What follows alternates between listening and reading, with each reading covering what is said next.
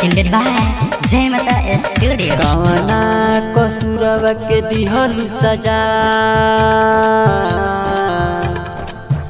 कवना कसुरवा के दिहलु सजा, जिंदगी कइलु अनधेरी हो।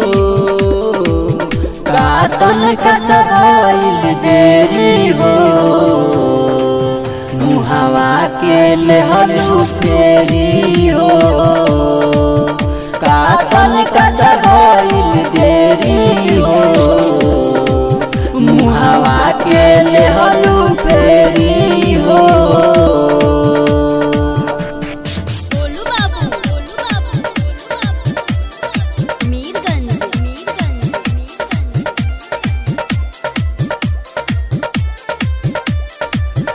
दूसरा के बात के काहे जान तू अकीन कइलू, प्यार देखा के हमार खिलल जिंदगी के छीन लिहलू।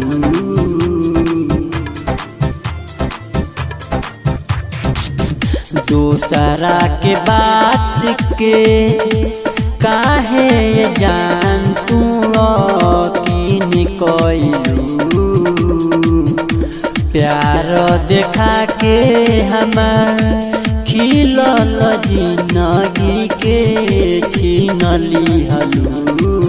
मनलू ना हम मनैनी तोहरा के हे बेरी बेरी हो।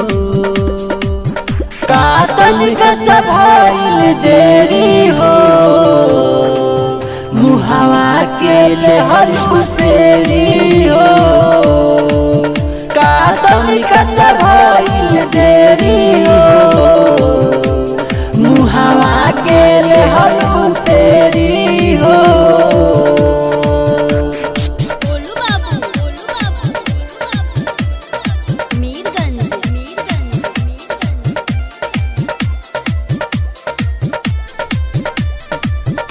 दुख तने के बा कोई विश्वास नाराज बा,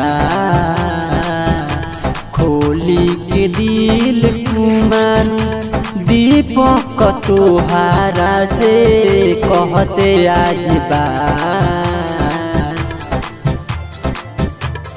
हाँ दुख तने के बा कोई विश्वास नाराज बा, खोली के दिल कुमार दीपक तोहारा से कहते आज बा। कैलू तू हमारा से जानू तोहरे बारे भेरी भेरी हो। कातल का भइल देरी हो, मुहावा के लेहलु फेरी हो। कातल का भइल देरी हो, मुहावा के लेहलु फेरी हो।